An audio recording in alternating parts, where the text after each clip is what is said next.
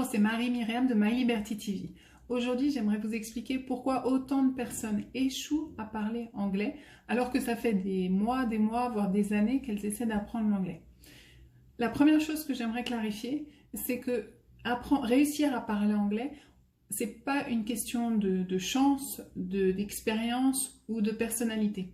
Trop souvent, j'entends mes étudiants, quand ils démarrent le programme, me dire « Ah, telle personne, tel collègue dans mon équipe a de la chance parce que elle est extravertie, donc elle se fiche de savoir ce que les autres pensent, même si son vocabulaire et sa grammaire n'est pas très bonne, elle parle de toute façon. » Ou alors, je vais entendre « Ah, telle personne a de la chance parce qu'elle a vécu 6 mois aux États-Unis, donc grâce à ça, elle arrive à parler anglais. » De mon expérience, le fait de pouvoir parler anglais n'a strictement rien à voir avec la personnalité, l'expérience et encore moins la chance.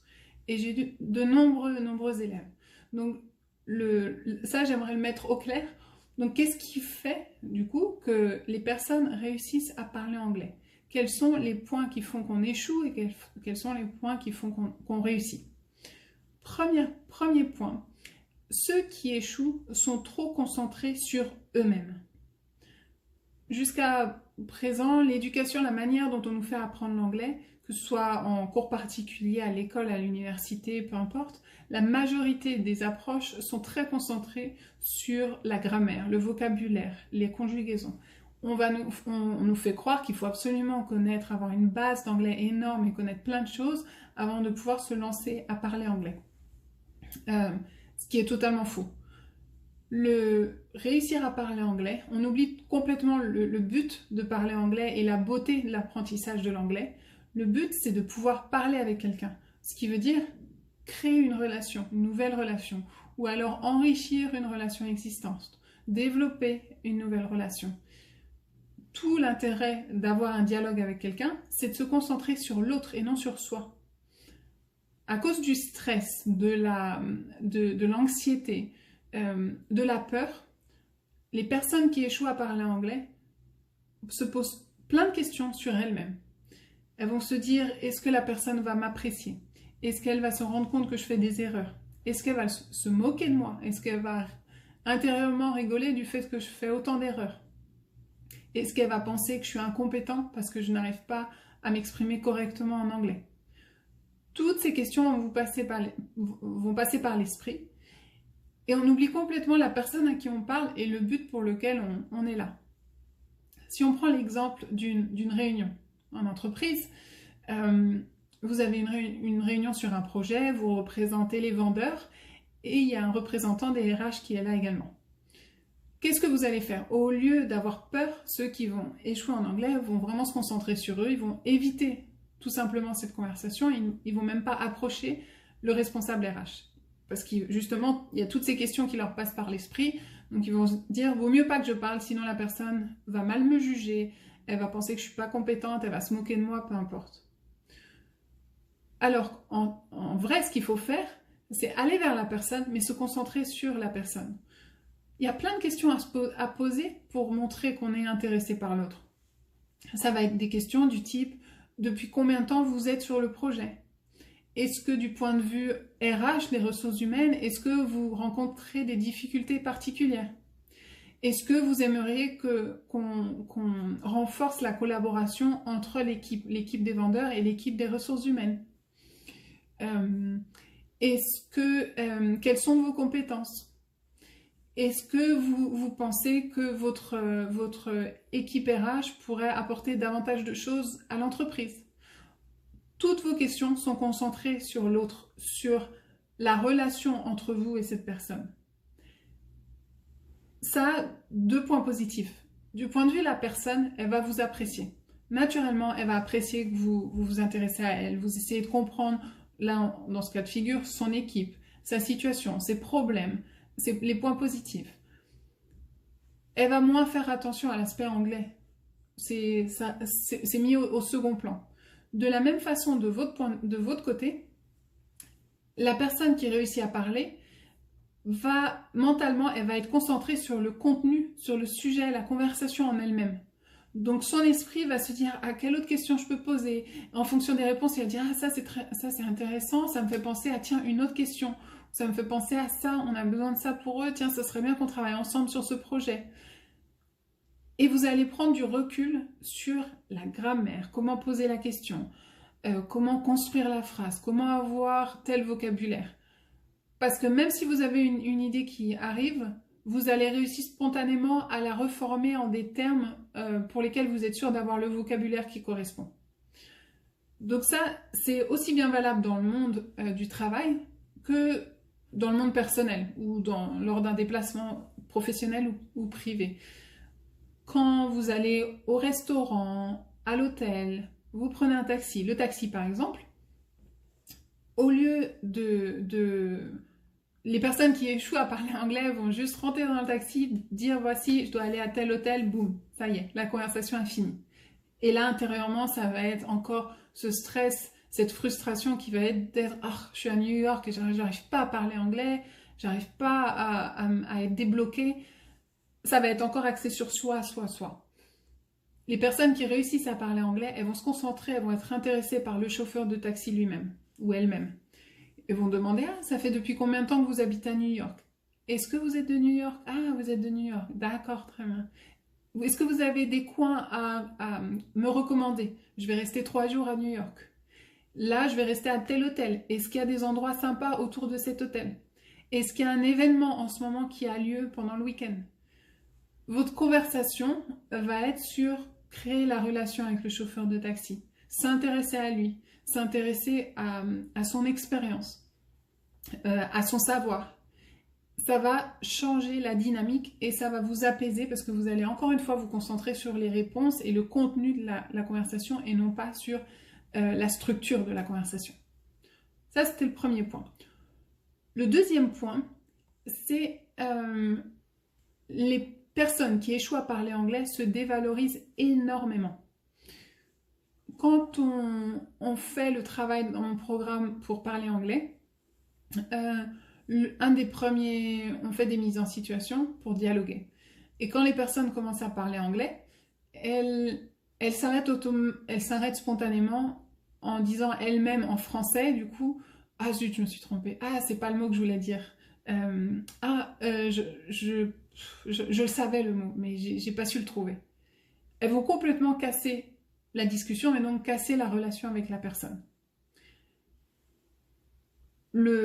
La deuxième chose, c'est quand on a également des mises en situation où je vais faire écouter l'audio, donc on enregistre les dialogues et après je refais écouter à l'étudiant ce qu'il a dit. La personne va être extrêmement, très souvent, les personnes sont très critiques envers elles-mêmes. Oh là là, à chaque phrase, c'était mauvais. Oh, à chaque fois, j'ai pas eu le bon vocabulaire. Oh, la grammaire, elle était mauvaise. Oh, j'ai fait ça. Mon accent, non. Sans cesse. Et très souvent, moi, j'ai 15 ans d'expérience à l'étranger, dans de nombreuses entreprises, dans de nombreux pays. Donc, je suis très habituée à savoir qu'est-ce qui fait qu'une personne arrive à bien parler anglais ou non. Donc, je suis habituée à un accent, que ce soit un accent britannique, américain, un accent hollandais, un accent indien, un accent australien, un accent d'Amérique latine, quelqu'un qui parle anglais. J'arrive très bien à faire la distinction entre une manière de parler anglais vraiment mauvaise, qui fait qu'on n'arrive pas à comprendre la personne, le message ne passe pas. C'est ça en fait, ne pas parler anglais, c'est quand le message ne passe pas. Vous n'arrivez pas à vous faire comprendre. Et les autres qui ont un niveau d'anglais horrible, vraiment horrible parce que la prononciation est affreuse, c'est très très difficile du coup également de se faire comprendre. Un vocabulaire horrible, ça c'est un cas de figure de certains élèves au début quand ils rejoignent le programme. Et d'autres personnes, ça va être, il y a une certaine base, mais elles sont juste bloquées à parler anglais. Donc qu'est-ce qui fait que les personnes soient autant critiques? J'ai beau, avec toute l'expérience que j'ai, je leur dis, dans ton cas de figure, ça y est, tu as travaillé la prononciation, ça fait des semaines qu'on travaille la prononciation, ça c'est bon, ton accent est correct. Oui, tu as mal parlé sur un ou deux mots, sur une ou deux règles de grammaire, mais on peut te comprendre. Il y a eu un dialogue. tu m'as posé des questions, on a échangé, il y a eu un contact. À partir du moment où il y a ça, il faut arrêter d'être autant critique envers soi-même. Et parfois, cette critique, elle est très haute, surtout que la plupart des personnes à qui j'ai affaire, c'est des personnes, des professionnels. Donc évidemment, ils ont une exigence très forte vis-à-vis d'eux-mêmes, parce que c'est des personnes très compétentes dans leur domaine d'expertise, très reconnues dans leur entreprise. Donc évidemment, quand ils parlent l'anglais, ils perdent énormément de crédibilité au début, parce qu'ils ne savent pas comment s'exprimer correctement en anglais. Donc parfois, le fait d'être autant critique envers soi-même, ça casse tout. Et c'est dommage parce que c'est surtout aussi, ça reflète un peu un manque d'humilité. Quand on coupe sa propre conversation pour dire en français « zut, je savais ce mot », etc., il faut faire preuve d'humilité au début quand on veut parler anglais. Il faut montrer à l'autre, à son interlocuteur, qu'on a beau être le meilleur dans son domaine quand on parle français, il faut accepter que quand on parle anglais, au début, il faut faire un choix. Soit on veut parler anglais parfaitement, ce qui n'est pas possible du jour au lendemain, soit on veut parler anglais avec aisance. Et ça, c'est tout à fait faisable. Il faut donc accepter de faire preuve d'humilité, de se dire étape par étape. L'essentiel, la première étape, c'est de pouvoir parler anglais avec confiance au travail. Ça, c'est largement faisable. Première étape. Et après, plus tard, vous allez enrichir votre vocabulaire, enrichir vos règles de grammaire. Mais il faut accepter d'être humble au début dans le processus d'apprentissage, pas d'apprentissage, mais dans le processus de oser parler à son travail ou oser parler quand on voyage à droite à gauche. Donc ça, c'est le deuxième point, c'est qu'on a trop tendance à se dévaloriser. Et c'est aussi en partie dû, il n'y a pas que l'aspect humilité, c'est aussi dû au fait que la manière dont on nous a appris l'anglais, c'est tellement sur faut éviter l'erreur. Ne parle pas en cours, par exemple, si tu fais une erreur. C'est tellement sur la culpabilité que, attention, si tu ne connais pas tous tes verbes irréguliers, tu ne vas pas réussir à voyager. Qu'évidemment, ça nous travaille l'esprit et c'est en nous constamment de se dire oh, je suis pas parfait, je vais pas réussir à parler. Mais il faut tout simplement être conscient de ça pour réussir à prendre du recul et réussir ensuite à parler. D'accord ? N'hésite pas à me dire dans les commentaires si un des 5 points te parle ou non et quelle est ton expérience. D'accord ? Alors, on continue. Numéro 3. Les personnes se concentrent trop sur la théorie et non sur la pratique. Je reviens au style d'apprentissage jusqu'à présent. C'est énormément la capacité à réciter des règles de grammaire, du vocabulaire, les verbes irréguliers. On oublie complètement en fait qu'il faut parler anglais. Et bien sûr que c'est totalement faux, il n'y a pas besoin de savoir plein de vocabulaire ou plein de règles de grammaire pour pouvoir parler anglais. En rien. Tout le monde, on a déjà tous une base en anglais. Grâce à l'éducation qu'on a eue, si jamais vous êtes en France et si vous êtes dans d'autres pays, vous avez vu mes vidéos YouTube où je vous explique plein de règles de grammaire, de vocabulaire. Ça vous permet déjà d'acquérir une certaine base. Mais c'est pas du tout ça qui vous permet de parler anglais, pas du tout. Ce qui vous permet de parler anglais, c'est une méthodologie et une pratique particulière.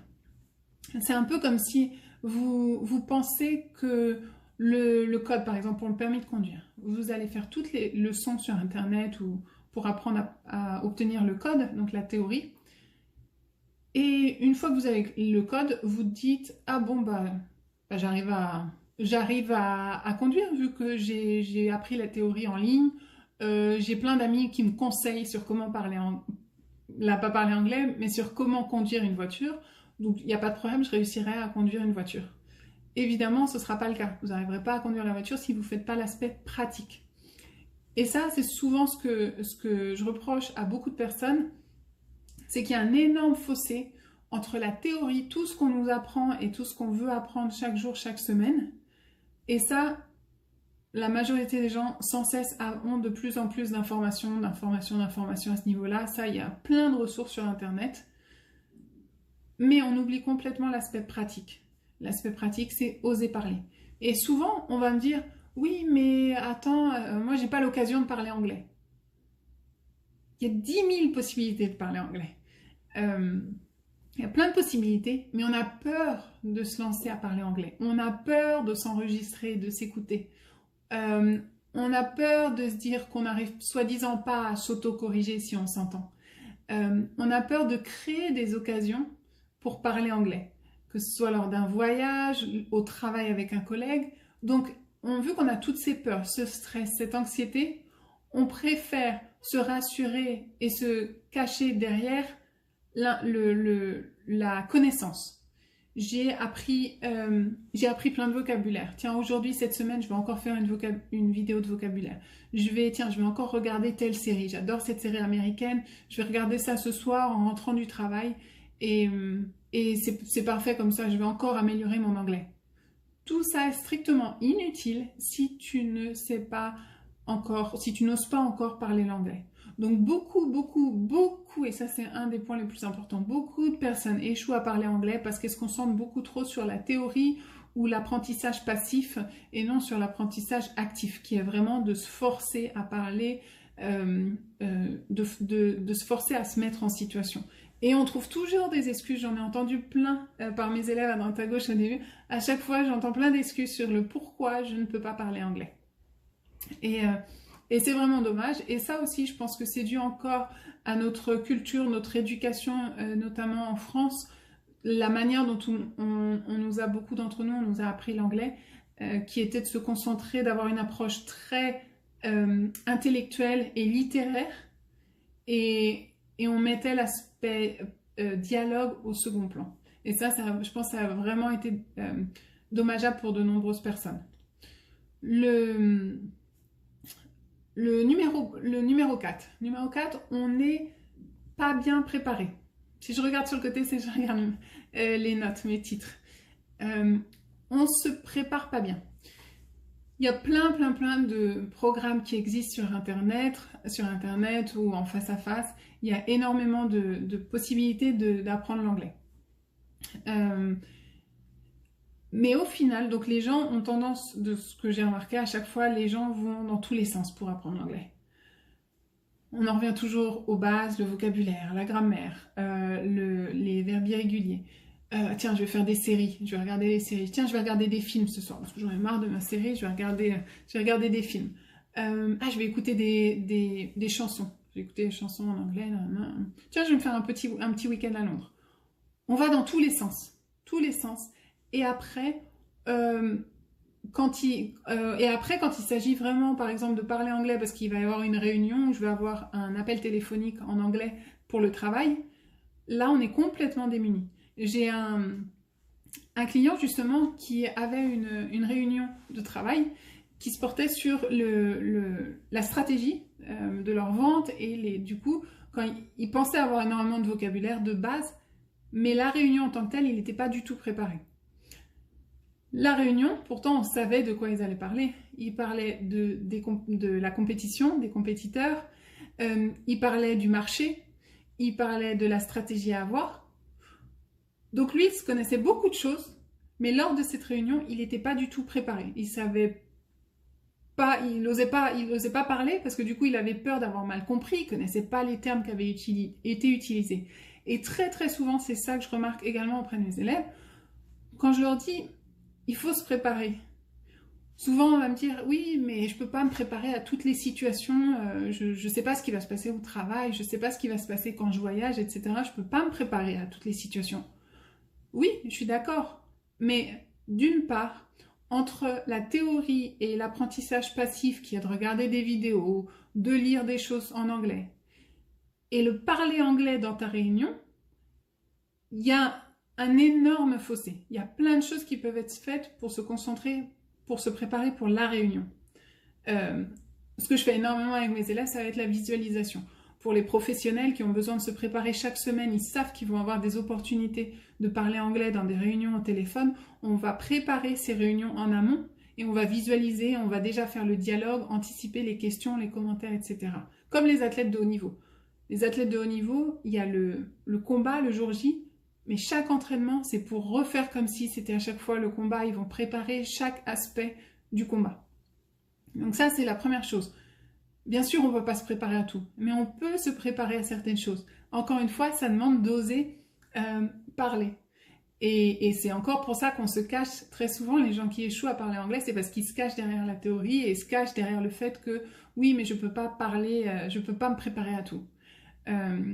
Et oui, c'est vrai que même pour une réunion, qu'on va préparer, qu'on va travailler, même si tu prépares cette réunion, le vocabulaire, tes questions, les différentes personnes, qu'est-ce que tu vas dire?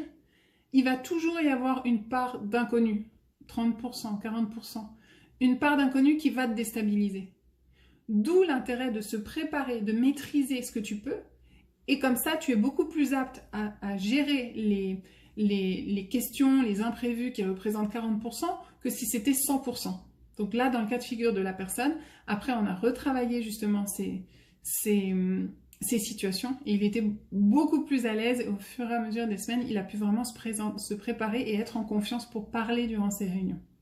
Donc ça, c'est vraiment l'autre point, c'est qu'on n'est pas préparé. C'est ça qui fait que les gens échouent. Alors, on en est 1, 2, 3, 4. Le 5e point, c'est que les personnes essaient trop souvent de vouloir faire ça d'elles-mêmes. Il faut bien comprendre que l'anglais, il y a plein de méthodes différentes. Et on pense qu'il y a une manière d'apprendre l'anglais qui est valable pour tout le monde.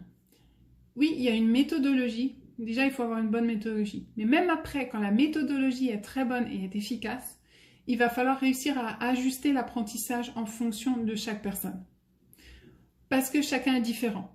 Parce qu'on va avoir un objectif différent. La personne qui veut se préparer pour un entretien, qui veut parler anglais à cet entretien, va avoir besoin de certaines choses, va avoir différents besoins que la personne qui a besoin de parler anglais à son travail pour gérer les réunions, les dialogues avec les collègues. De la même manière, ça va être encore différent si la personne a besoin de partir en voyage pour le plaisir dans un pays. Donc, il y a la méthodologie qui est très très importante pour ne pas perdre de temps et aller à l'essentiel, mais même dans cette méthodologie, il faut avoir des approches différentes. Et beaucoup de personnes, je vois, veulent réussir par elles-mêmes. Et c'est très bien. Et félicitations pour ceux qui pensent pouvoir y arriver par eux-mêmes, à pouvoir parler anglais, très bien. À partir du moment où vous avez du temps, où vous n'avez pas un objectif trop précis, c'est pour le plaisir, oui, très bien. Mais si, par exemple, c'est pour le travail et que vous voyez que vous perdez la crédibilité auprès de vos collègues parce que vous évitez constamment les discussions en anglais, si vous voyez que vous n'osez pas postuler à certains postes parce que vous voyez à chaque fois que c'est marqué, il faut parler anglais. Le temps passe. Et qu'est-ce que cela signifie? Ça veut dire que vous perdez des opportunités de travail qui sont intéressantes. Donc ça fait que vous allez de plus en plus, et ça va aller en s'empirant. Vous avez des responsabilités qui sont frustrantes, qui ne sont pas agréables. Vous avez l'impression de ne pas faire le travail que vous pourriez faire. Vous pourriez viser tellement plus haut, vous réussissez à le faire en français, mais vous n'arrivez pas à le faire en anglais. Vous passez à côté d'un salaire plus élevé. Qui dit salaire plus élevé, c'est également pouvoir contribuer davantage aux besoins de votre famille, de vos proches, que ce soit les enfants, les parents, les grands-parents. C'est plein d'opportunités, les opportunités de voyage, de pas trop oser voyager seul ou avec votre famille parce que vous savez que ça va être à chaque fois des situations nouvelles pour vous. Donc le temps passe et c'est vrai que vouloir le faire tout seul, c'est une des raisons pour lesquelles de nombreuses personnes échouent à parler anglais. C'est parce qu'elles pensent à chaque fois à si je fais cette vidéo en plus de règles de grammaire, je vais y arriver. Si je fais encore un peu plus de vocabulaire, je vais y arriver. Si j'apprends mieux mes verbes irréguliers, je vais pouvoir parler anglais. Donc il y a une sorte d'illusion qu'on va réussir à parler anglais et pendant ce temps-là, le temps passe et la frustration augmente et voilà, et beaucoup d'opportunités augmentent. Donc voilà, donc ça c'était les 5 points qui font que autant de personnes échouent à parler anglais. Si tu te reconnais dans certains de ces points, fais-moi signe dans les commentaires. Donc comme je te disais, ceux qui réussissent, ça n'a rien à voir avec la personnalité, l'expérience ou autre, ça n'a strictement rien à voir. Pour parler anglais, c'est beaucoup plus profond que ça. Et si tu te reconnais là-dedans et si tu veux vraiment aller plus vite, plus loin, si tu as besoin d'avoir une certaine clarté sur ta situation actuellement, pourquoi je bloque en anglais, pourquoi je fais partie de ceux qui n'arrivent toujours pas à parler anglais, pourquoi je n'arrive pas à décrocher le poste de mes rêves. Si tu as ce genre de questions, n'hésite pas à aller sur le site mylibertytv.com/parler, mylibertytv.com/parler, pour avoir 45 minutes, une session en français de clarté avec moi pour que je puisse t'aider à comprendre quels sont tes points de blocage. Qu'est-ce qui fait qu'aujourd'hui, après des mois ou des années d'apprentissage d'anglais, tu es toujours au point zéro? Ou du moins, tu n'arrives toujours pas à parler anglais, tu fais partie de ceux qui échouent à parler anglais. Si c'est ton cas, n'hésite pas à me faire signe et à demander un échange téléphonique avec moi. C'est complètement gratuit. Le but de cet échange pour moi, c'est de t'aider à y voir plus clair sur ta situation et pourquoi tu es encore frustré après des mois, voire des années d'apprentissage. Donc n'hésite pas à aller sur mylibertytv.com parler et sinon, fais-moi signe dans les commentaires si tu as des questions. Sur ce, bonne journée, à bientôt, ciao.